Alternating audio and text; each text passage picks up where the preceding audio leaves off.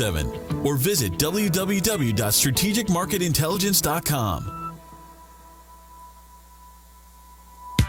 When it comes to pioneers in their respective industries, we all know the Apples, Starbucks, and Trader Joe's of the world.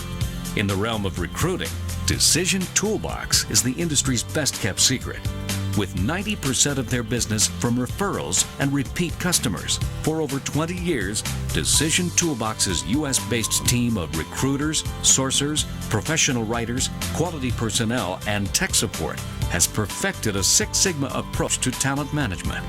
No matter the size of the project, Decision Toolbox delivers incredible results. A cost per hire less than half of what contingency firms charge, with the winning candidate presented in an average of 14 days, all with a 12-month candidate warranty. With results like that, Decision Toolbox won't be a secret for long. Visit us at www.dtoolbox.com for more information.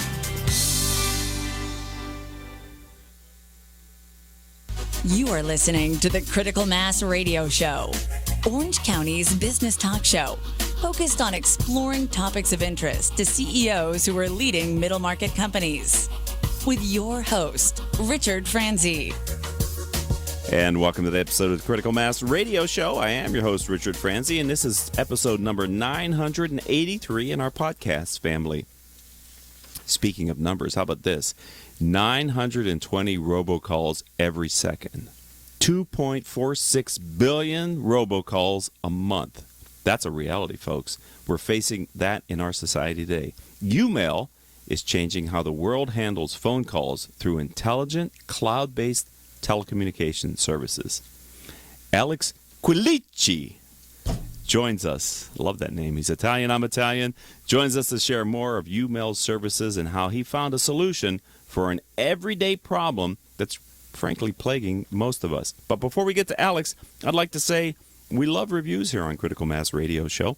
And if you could go on your favorite podcasting platform, write a short review of our show, it really helps others to find our program. You know, since we started doing the show in 2009, we've reached hundreds of thousands of listeners through our podcasts and our live stream here on octalkradio.net. Alex, welcome to the program. Thank you for having me on. Let's try it again. Alex, welcome to the show. Thank you for having me on. Live radio, baby. We'll fix that in post. Not a problem. Let's start with you. Can you think of an interesting story that maybe the audience can listen to and learn a little bit about you as a leader? Sure. So, some people are born to be entrepreneurs. I'd say I didn't fall into that category. So I got a PhD in computer science, and when you do that, you're, doing research that maybe helps 50 or 100 people. I became a professor after that briefly. Really? Yeah, I was a professor, and there I found I was helping, a couple hundred people a semester. I wrote a textbook, so now I'm starting to influence more people, tens of thousands, 50,000. And as I was doing all that, I started wanting to do more, like influence more people, right? Okay. And so what I did is I'd look at these different products and services that were coming out for the internet and saying, geez, these are affecting 5 million, 10 million, 15 million people. I want to figure out how to do that. And so I tackled that with a couple of smart partners. We formed a company called Quack. And Quack was basically Siri over a 1-800 number when you didn't have smartphones. You had your dumb phone, you had to dial a number. And we got bought by AOL, and we ended up building services that affected 1 million people. Congratulations. And after that, I eventually wound up at YouMail, where we've got over 8 million YouMailers. So I'm trying to scale up my influence. And that's what drove me to be an entrepreneur. Okay. I love it when people go from the academic world to the business world.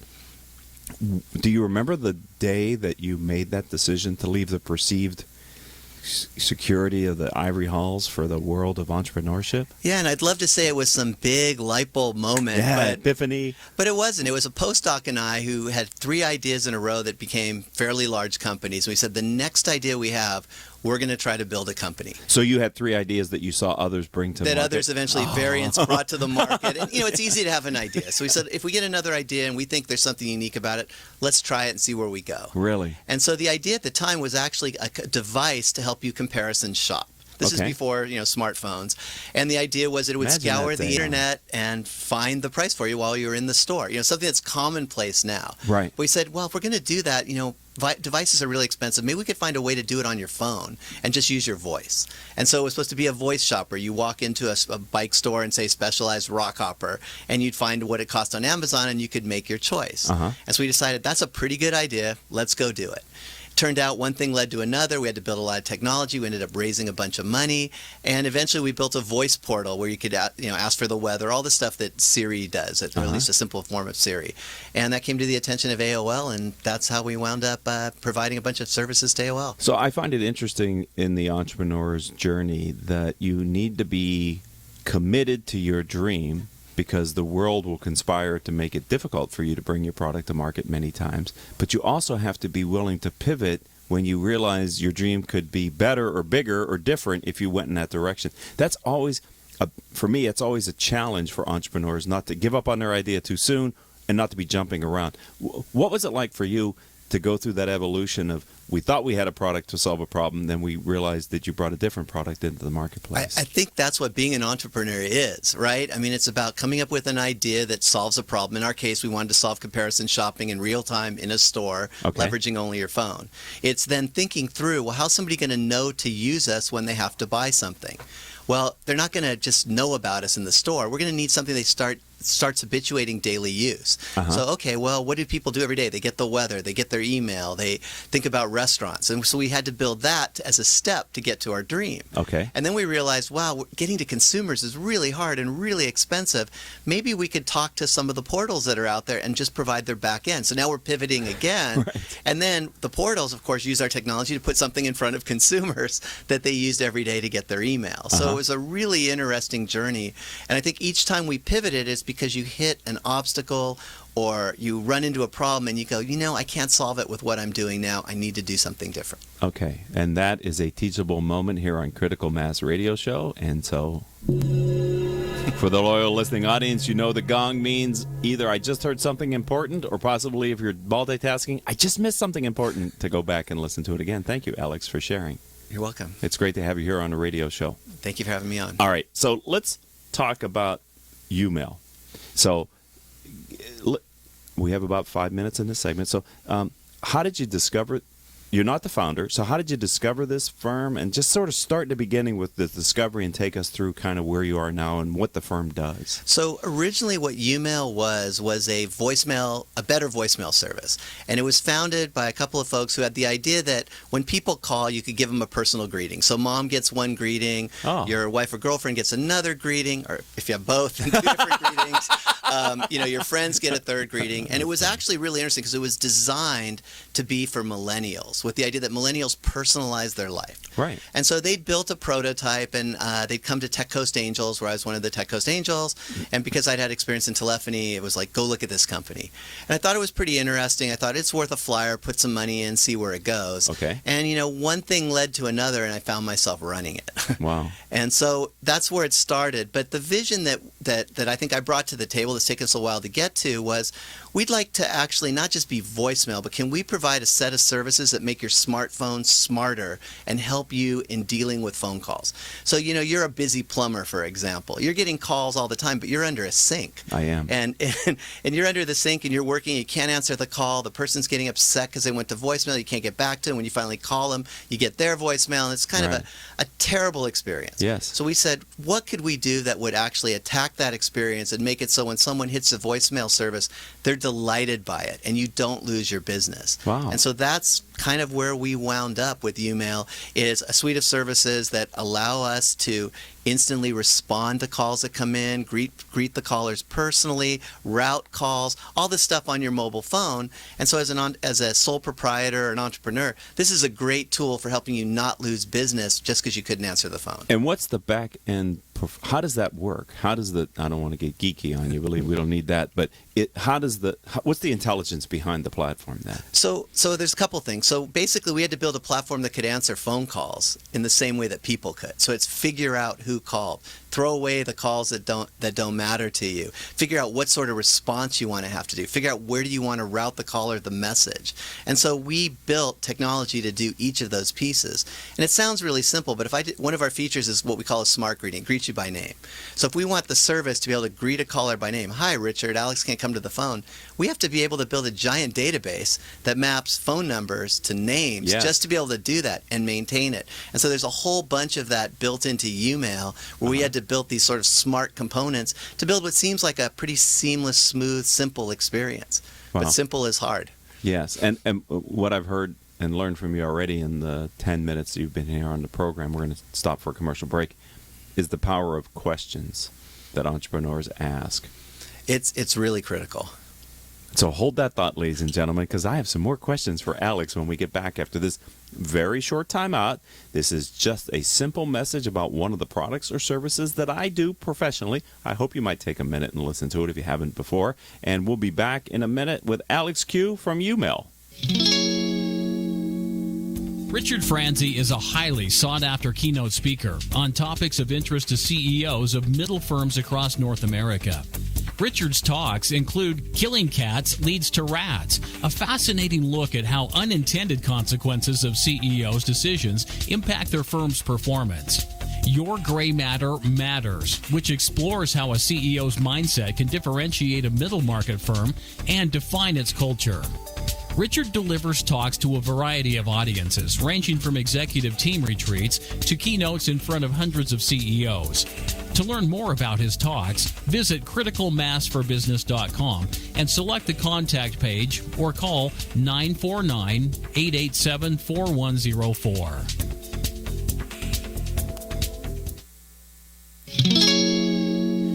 Welcome back to this edition of Critical Mass Radio Show. A great way to stay informed about our guests is to sign up for our weekly newsletter. Go to criticalmass4business.com. At the bottom of any page, let me repeat that, at the bottom of any page is the Join Our Mailing List box. Simply type in your email address, hit subscribe, and like magic, you'll start receiving our weekly newsletter with information about great guests like Alex, as well as special insights from me. We do nothing else with your email address other than put you in our weekly newsletter. You know, one of the things that we were talking about off mic during that short break was who is the target audience demographic for YouMail. Can you share that with our audience? Yeah, our core target is a sole proprietor. So it's somebody trying to run their own business.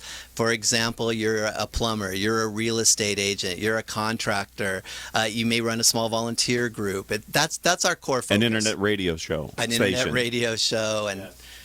There's lots of examples like that. In fact, in the U.S., there's 28 million very small businesses, which are really just individuals trying to create their own business and then grow it. Wow, so that's the target market. That's the target for you. Wow, that's a huge. It's hard though when you're a growing entrepreneurial concern to reach 28 million people, isn't it? You have to reach them one at a time, right? And so our philosophy has been get people on by having a good service and make the service somewhat viral so people who call in get a great experience and rely on word of mouth and that virality. And it's helped us grow quite large.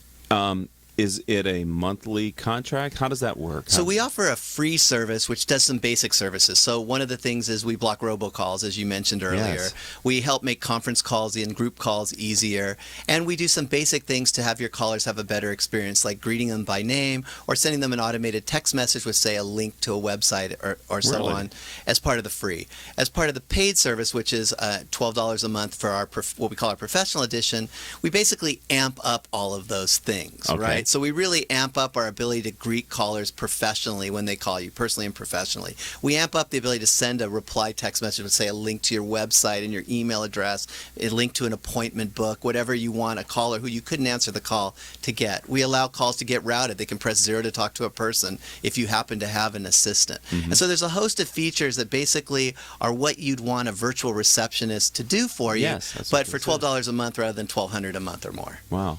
So this sounds like an awesome customer service application. People don't like to wait anymore, right? We're an instant gratification society. That's right. And you can see that by how many people will call and just hang up if they don't get an answer within 3 rings, right? Not even waiting for voicemail. Right. But we find is once they actually get to our voicemail, they're like, oh, I was greeted by name. This is pretty interesting. Yes, this and is then different. You start having an engagement with that user where, okay, maybe interacting with this person is going to be different than other people I've called. Wow, this is fantastic. I'm so glad you're on our program here as an Orange County company. For those of you listening across the United States, your clients are? Everywhere in the U.S., all 50 states. So don't be shy. Yeah, all right. I'm going to ask you, as you're leading the firm now, do you have kind of an overarching business philosophy? Here on the radio show, we call it your guiding principle. We have taken, I'm holding up a book for those listening, watching the live stream, or maybe on YouTube later. You'll see the guiding, we call it the Power of CEO Guiding Principles. It's in our 3rd edition. So, Alex, could you share with us the guiding philosophy that you're using to lead and grow YouMail? So ours is really simple. It's about listening. So it's about listening to your intuition that there's a problem and you can solve it. It's about listening to your customers when they tell you your intuition wasn't quite right. So it's about listening to the customer support people saying, you didn't quite build what the customer wants, or there's a problem with it. It's listening to your product managers when they put up something and said, we should really be doing this. And so you want to build a culture of listening. Part of listening means you're asking questions, but it's listening and then acting on that, not spending all your time telling people what to do. That's awesome. So in the first block, we talked about the power of asking questions. In the second block here with Alex, we're talking about the power of listening to people. And this isn't your first rodeo. You've had other successful companies that you've brought into existence. That's right. And grown and scaled. So for those of you that are looking to build that entrepreneurial spirit in your company, and you don't have to be a startup to have an entrepreneurial spirit, I would suggest you really pay attention to the conversation that Alex and I are having today here. Yeah, thank you. I really enjoy this. All right, let me ask you, how are you fighting against the growing issue with robocalls? I know there's the 1-800 do not call list, but I mean, what is it that you are doing that really So fight that? the gist of the way we view solving the robocall problem is to convince robocallers that every phone number is out of service. So when people have our service and we detect that a number is a bad guy, a robocaller, we'll play the dee-dee-doo, this number is out of service message. Okay. The robocallers then say, this is a number I don't need to call anymore, so I'm going to take you off the list and not call you, not only for the number I just called you from, but any of the 1,000 other numbers I might have. Wow. And so that's what we are trying to do. In order to measure our success, we wanted to see how big the problem was. How many robocalls do people get?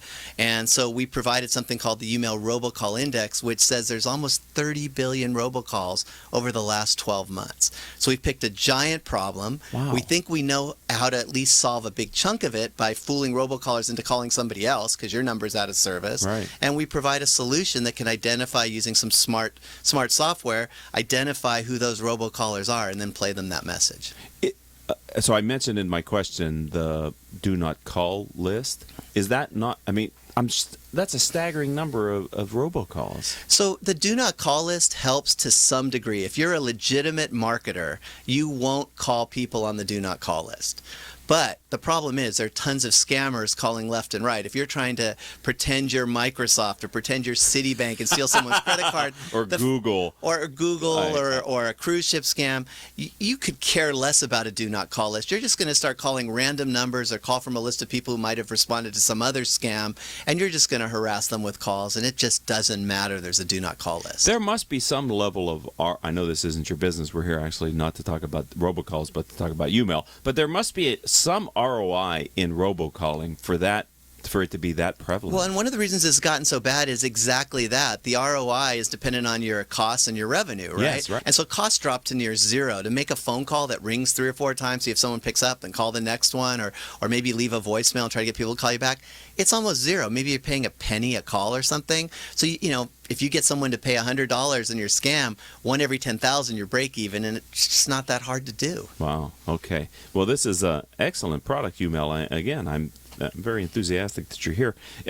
Final question, kind of on critical mass. Can you think about a time, Alex, when you've got some really great insight or input, and it came from a peer executive, a board member, somebody in your world who gave you that advice based on their experience? And if so, could you tell us about that time? Sure. So one of our board members actually once told me, you're not charging enough for YouMail. And this is when we were a free service and we were charging a couple bucks for our premium version.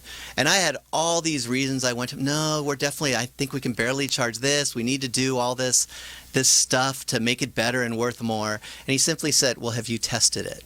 And I felt like I was slapped in the head and that I couldn't believe we hadn't actually run a pricing test. And so we did. And over time, we've actually been able to raise the price substantially of the paid service of YouMail because we're providing so much value. And so what the message he got across to me is, what matters is how much value you're providing someone. That's how you price something. If you're saving a busy entrepreneur an hour a month even, that's worth $100, $200. So charging him 10 is no different than 2. You might as well charge the 10. Right. And focus on the value you provide to that audience and charge them for it. And I thought that was remarkably good advice. Well, and I love to focus on the quality that CEOs and leaders, the decisions that they make, because ultimately that's really where the rubber meets the road.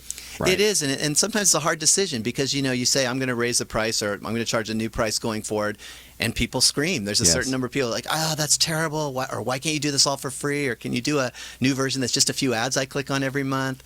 And you as much as you care about everybody, to run a successful business, you've got to focus on your core audience and price your product accordingly and build the features they need. This is one of the hardest decisions for an entrepreneur business owner to make, which is to raise pricing, because many times in organizations, your own people sort of dissuade you from doing that for fear that it's going to make their life more difficult, or the sales department doesn't want to raise the price. I mean, so it's brave to raise the price. It's even braver to do it with some amount of research and questions and doing it with a methodology behind it. Well, and in our case, the other reason we did it is we needed to survive. So we needed to become somewhat break even. And then there's that. And you're doing the math, you're going, this makes it a bit easier. If we can do this, we're break even. If we can't do it, we have a real challenge on our hands. Right, yeah. And the confidence that the organization must have gotten, maybe, from seeing that people value you more than by paying you more, must also help the culture, I would think. It did, and I have to say, I was the biggest person who was surprised at how much we were able to charge for it. I think maybe I'm naturally super cheap, or it wasn't providing the value to me that it was to people out on the field at the time, but I was really pleasantly surprised when, after a couple of days, we're looking at our data going, geez, we're actually getting more people to convert than we were at the lower price. This is really interesting. Do we have the gong handy? Hold on a second, ladies and gentlemen. 2 gongs in one show. We're in the bonus round now, ladies and gentlemen. Thank you, Alex, because a small movement in top line price can have a significant impact on your operating budget as well as your bottom line. Yeah, let's say you're charging $5 a month and you can charge $6 a month. If you don't lose anybody, you just got $1 more of margin that you can use to pay people more, invest more, grow your business at no cost. Right. And so that's the really interesting thing. I mean, at some point you clearly hit a limit. Of course. But most entrepreneurs are far below that limit. Right. I love to talk with CEOs, and we look at their income statement, and they're really managing pennies maybe sometimes, or nickels inside the income statements from a cost perspective, and trying to save 1 or 2% in aggregate. When we turn to the top line and say, well, if we just move this one by 1%, the top line, and you don't adjust your expenses, look how that ends up on the bottom line. That's absolutely right? And you want your customers to be happy, but sometimes you think, if I had that extra $1, here's all the stuff I could do for that customer in the future to make our product even better. Right. And so you get more customers, and it becomes a virtuous circle simply because you got that extra $1. All right. Well, my engineer is telling me the show is over, ladies and gentlemen. So, Alex, if someone would like to learn more about YouMail, and our audience are CEOs and business owners and entrepreneurs across North America, they've got to be interested in the kind of services you provide. How do they find you online? So the easiest way is to go to youmail.com. That's youmail.com. We provide all the information and can link you to the app stores to download the app. Just that simple, huh? It's very easy. That's fantastic. Thank you for being a friend of the program.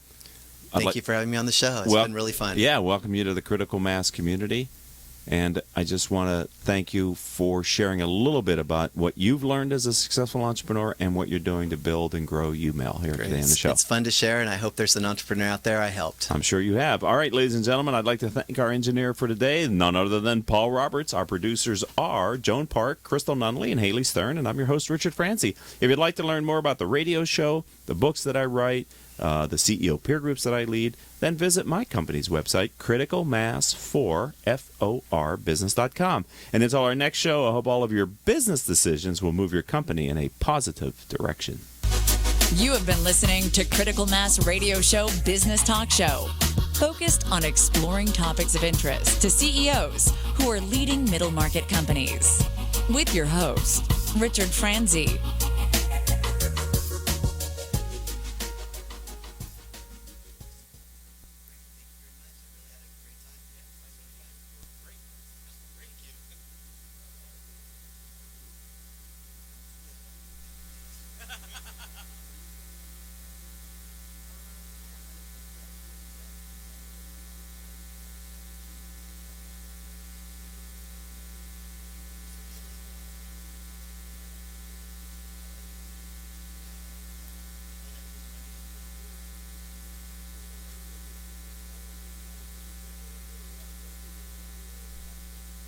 Support for this podcast and the following message come from TransferWise, the marvelously simple way to send money between the U.S. and 55 countries. Imagine getting the exchange rate you see on Google and moving money at a delightfully low cost. More than 1 million people already do. Sign up today at TransferWise.com. Live from NPR News in Washington, I'm Jack Speer.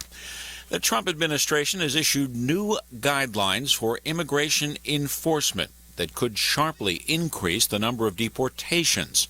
But as NPR's Scott Horsley reports, the White House insists this is not a mass roundup of people living in the country illegally. The new guidelines are casting a much wider net for immigrants who could be deported, including those convicted of minor crimes or traffic offenses.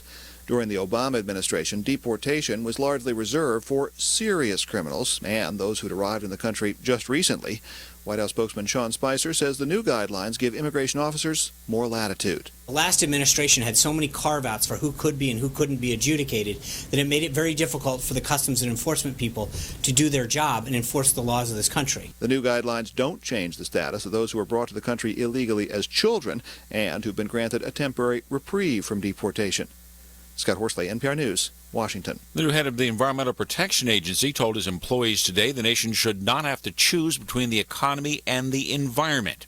In his first speech to EPA workers since being confirmed by the Senate last week, former Oklahoma Attorney General Scott Pruitt said the EPA can do both. I believe that we as an agency and we as a nation can be both pro-energy and jobs and pro-environment. Pruitt's remarks come as the Trump administration is preparing to roll back a number of Obama-era regulations.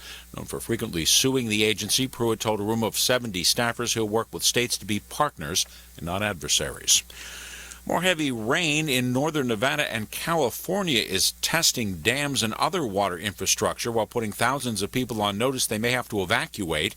NPR's Kirk Siegler reports the latest so-called atmospheric river event has been pounding the region since Sunday. In the desert of northern Nevada, emergency management officials and residents are on high alert with flash flood warnings in effect.